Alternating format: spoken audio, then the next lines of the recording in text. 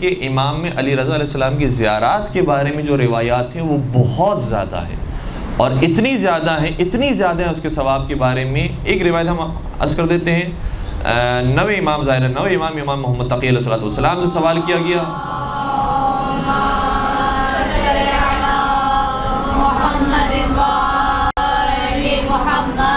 کہ آپ کے بابا کی زیارت کے بارے میں ہم نے یہ سنا ہے کہ جو شخص ان کی زیارت پر جاتا ہے پروردگار اس سے 1000 حج کا ثواب دیتا ہے۔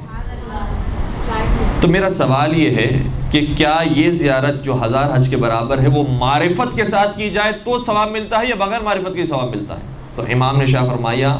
اگر بغیر معرفت کی جائے تب 1000 حج کا ملتا ہے، اور معرفت کے ساتھ کی جائے تو 1000 حج کا ثواب ملتا ہے۔ اور 1000 سے مراد بھی علماء نے بعض نے کہا ہے کہ ان دونوں کو پلس کر دیا جائے یعنی 2000، اور بعض نے کہا ہے کہ نہیں یہاں پلس نہیں ہوگا، یہاں پر منٹیپلائی ہے، 1000 کو 1000 سے منٹیپلائی کر کے جو ثواب ہے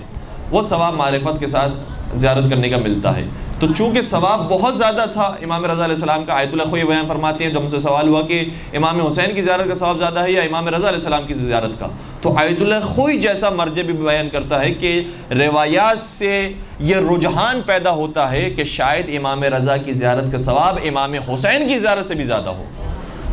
اپنی حتمی رائے تو نہیں دی کیونکہ خدا کے پاس اس کا علم موجود ہے، لیکن روایات سے انہوں نے کہا کہ یہ بات آتی ہے سین میں، اصل میں آتی ہے، تو اس لیے شاید ہم امام حسین کی زیارت پڑھتے ہیں اور پھر امام علی رضا علیہ السلام کی زیارت پڑھتے ہیں اور اپنے وقت کے امام کی زیارت پڑھتے ہیں۔ شاید یہ بزرگوں نے جو ہمیں طریقہ سکھایا ہے اس کی یہ وجہ ہو۔ ایک درود پڑھ دیجئے محمد و عالم۔